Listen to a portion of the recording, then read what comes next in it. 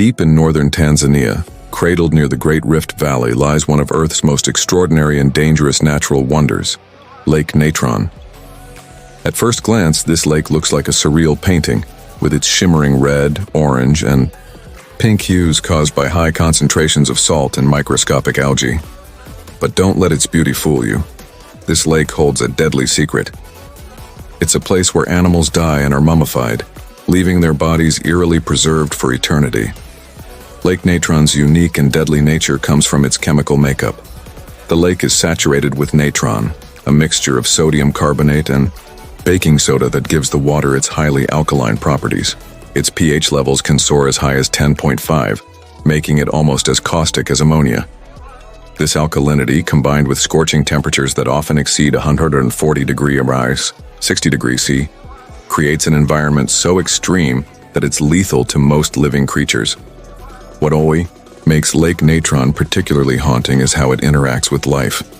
Animals that mistakenly enter its waters often suffer burns to their skin and eyes due to the high alkalinity. Those that die within the lake undergo a remarkable transformation. Their bodies become calcified as minerals in the water coat them in a thick, stone-like crust. Over time, they appear frozen in time, turned into eerie statues that seem almost mythical. This process of calcification has fascinated scientists and photographers alike. In 2013, wildlife photographer Nick Brandt captured haunting images of these calcified creatures, including birds and bats, perfectly preserved in ghostly, lifelike poses. His work brought global attention to Lake Natron, highlighting the eerie beauty of these stone animals that line its shores. The images are both tragic and mesmerizing, a stark reminder of nature's unforgiving power.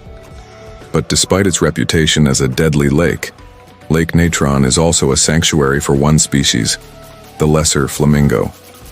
These iconic pink birds rely on the lake as their primary breeding ground, and the very conditions that make the lake lethal to most animals create a haven for them. The caustic waters deter predators, while the algae thriving in the alkaline water provide a plentiful food source.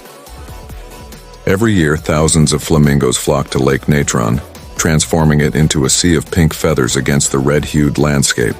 The birds build their nests on the lake's salt crust islands, which rise above the caustic waters like tiny fortresses. Flamingos are uniquely adapted to survive in this harsh environment.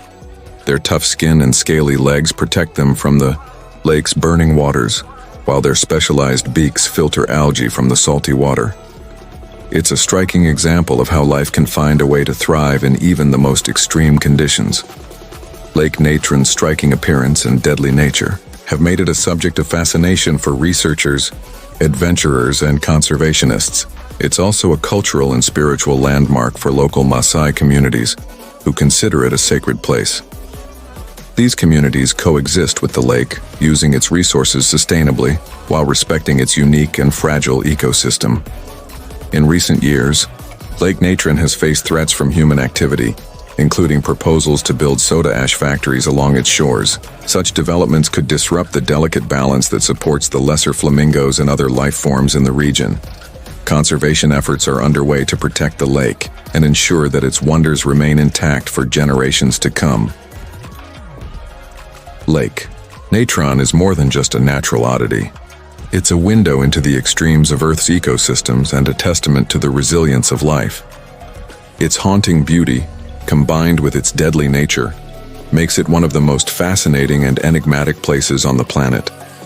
Would you dare to visit a lake that turns life into stone? Or would you stand at its shores, marveling at the coexistence of life and death in one breathtaking location?